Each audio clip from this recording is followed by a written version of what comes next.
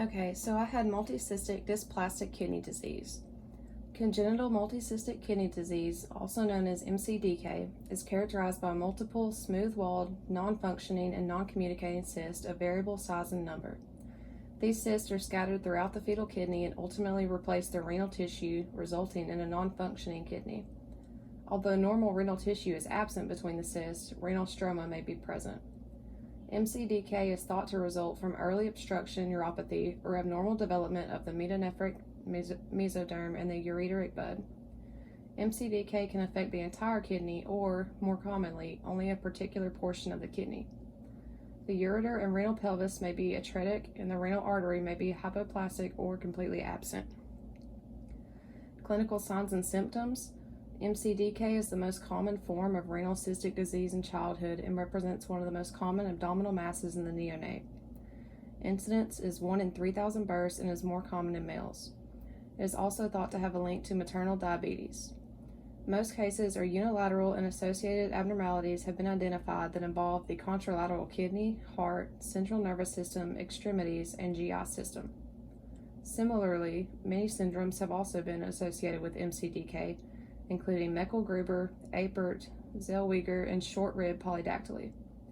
MCDK typically does not cause any symptoms at all and is usually discovered during a prenatal ultrasound or routine physical examination.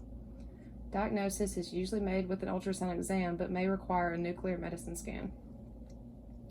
The sonographic appearance of MCDK. In the mid-trimester ultrasound, the fetus with MCDK will present with at least one kidney, demonstrating multiple cysts of varying size. The cysts will typically start at the periphery and appear small, but over time they will enlarge and develop in the hilum. Echogenic stroma may be visible between the cysts.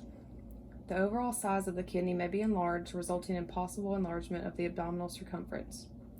Kidney borders are difficult to define because of the distorted renal outline and absence of significant renal parenchyma.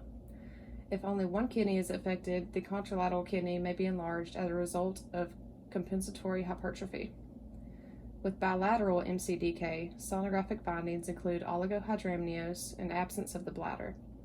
The progression of the disease will result in decreased size of the non-functioning kidney. Treatment options. There is no uniform consensus on the best form of treatment for this condition. The risk of developing a malignancy within a multicystic dysplastic kidney is low. Therefore, most pediatric urologists who recommend monitoring the kidney perform serial ultrasound exams until the kidney totally regresses or becomes undetectable by ultrasound. In these isolated cases, the disease will typically disappear with time, or a small collection of cysts with a calcified border will be present in the renal fossa. If the kidney appears to be interfering with other organs such as bowel, it can be surgically removed. With surgery, there is no further need for routine or serial surveillance because there is little to no risk of hypertension or a tumor arising from the kidney.